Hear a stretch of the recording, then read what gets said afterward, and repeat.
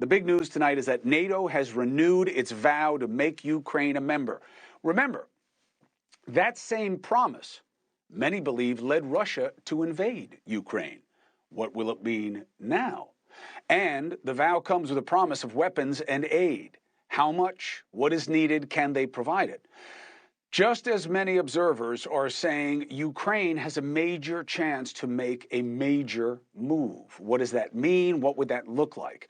So what is the toll? It's hard to know. Both sides are fudging their numbers. Hundreds of thousands are estimated to have died. But again, I don't know where that number is coming from since these 14 months of war. We know they're hiding it. But look, we were there, right? Saw the destruction. Saw the devastation firsthand, been to the front multiple times, multiple areas, some of the hottest areas. The determination of Ukraine's people, obvious. The death, obvious.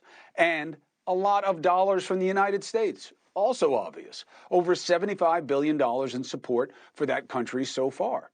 And it has become a political wedge like everything else between the parties. So let's bring in the former U.S. Ambassador to Ukraine, Bill Taylor, for some analysis of where things stand on the field of battle and what that means in terms of the field of play politically. Good to see you, sir.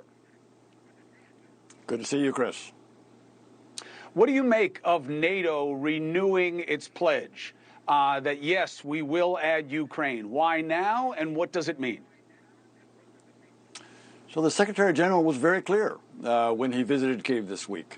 He said Ukraine's place is in NATO. And that has been obvious to many of us for some time. The question is, how can Ukraine be sure after the war, Ukrainians say after the victory, how can they be sure that the Russians will not invade again? And the answer is include them, admit them to NATO. That will be sure, that will ensure that the Russians don't invade again. So if we don't want another war, that's the way to avoid it. Why isn't it the way to stop it? Why wouldn't NATO call Russia to the table and say, look, we're going to include Ukraine. Do you really want to go against all of us? So the war, of course, began. It began in 2014, but it was renewed and expanded last February, and the Russians invaded Ukraine.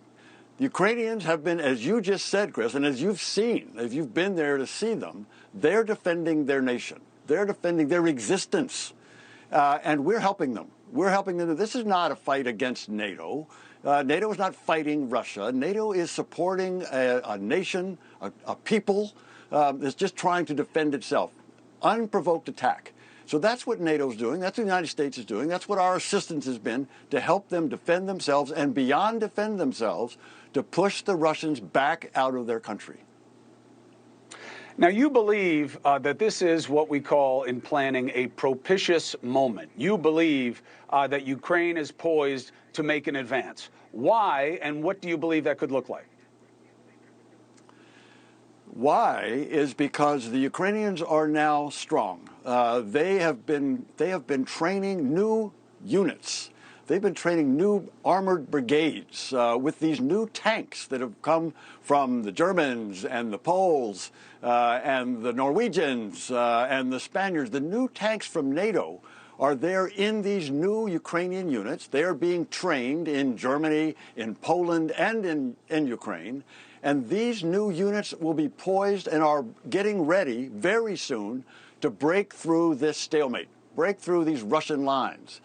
And the answer to your question about why now is the Russians are spent. The Russians have tried to mount an offensive over the past 6-7 months. They've tried to take this one little town that you've been reporting on, Bakhmut, and they've failed. They've taken street by street. They've been fought off, beaten back by the Ukrainians. They've not been able to take that one little town. And so they are spent. The Ukrainians are now stronger. The Ukrainians are well trained. Now's the time for Ukraine to break through the Russian lines, exploit that breakthrough, and probably cause the Russians to crumble. Hey, thank you for watching. Please go to newsnationnow.com, newsnationnow.com, and you can find NewsNation on your television provider. And don't forget to click the red subscribe button down below.